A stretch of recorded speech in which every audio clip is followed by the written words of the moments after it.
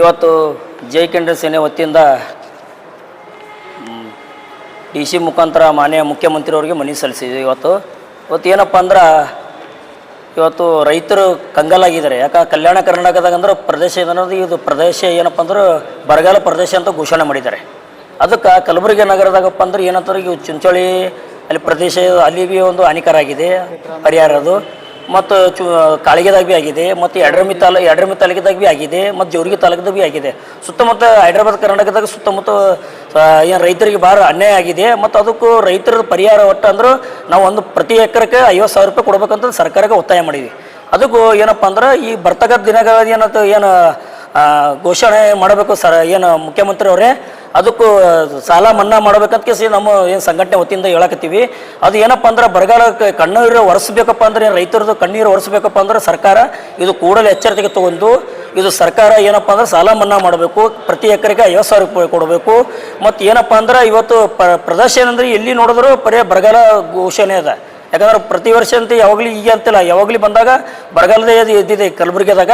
ಈ ಕಲಬುರಗಿ ಇರ್ಬೋದು, ಕಲ್ಯಾಣ ಕರ್ನಾಟಕ ಇರ್ಬೋದು, ಮತ್ತು ಸುತ್ತಮುತ್ತ ಏನದ ಎಲ್ಲ ಹಾನಿಕರ ಆಗಿದೆ. ಅದಕ್ಕೂ ದಯವಿಟ್ಟು ಮುಖ್ಯಮಂತ್ರಿ ಅವರಿಗೆ ಇದು ದಯವಿಟ್ಟು ಪ್ರತಿ ಎಕರೆಗೆ 50,000 ರೂಪಾಯಿ ಅಂತ ಘೋಷಣೆ ಮಾಡಬೇಕು. ಮತ್ತು ಈ ಬರ್ತಕ್ಕಂಥ ದಿನಗಳಲ್ಲಿ ಏನು ಅಧಿವೇಶನ ಇರ್ತದೆ, ಅಧಿವೇಶನದಾಗ ಸಾಲ ಮನ್ನಾ ಮಾಡ್ಬೇಕಂತ ನಾ ಮನವಿ ಮಾಡ್ತೀನಿ. ದತ್ತು ಬಾಸ್ಕಿ, ಜೈ ಕನ್ನಡ ಸೇನಾ ರಾಜ್ಯಾಧ್ಯಕ್ಷರು.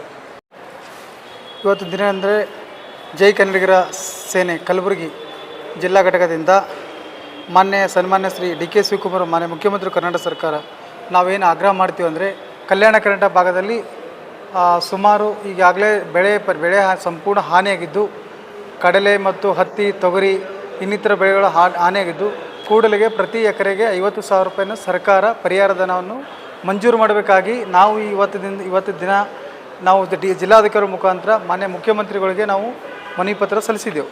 ಆದ ಕಾರಣ ರೈತರು ಸಂಪೂರ್ಣ ಇವಾಗ ಬರ ಹಾನಿಯಿಂದ ಪೂಲ ಸಂಕಷ್ಟಕ್ಕೆ ಒಳಗಾಗಿದ್ದಾರೆ.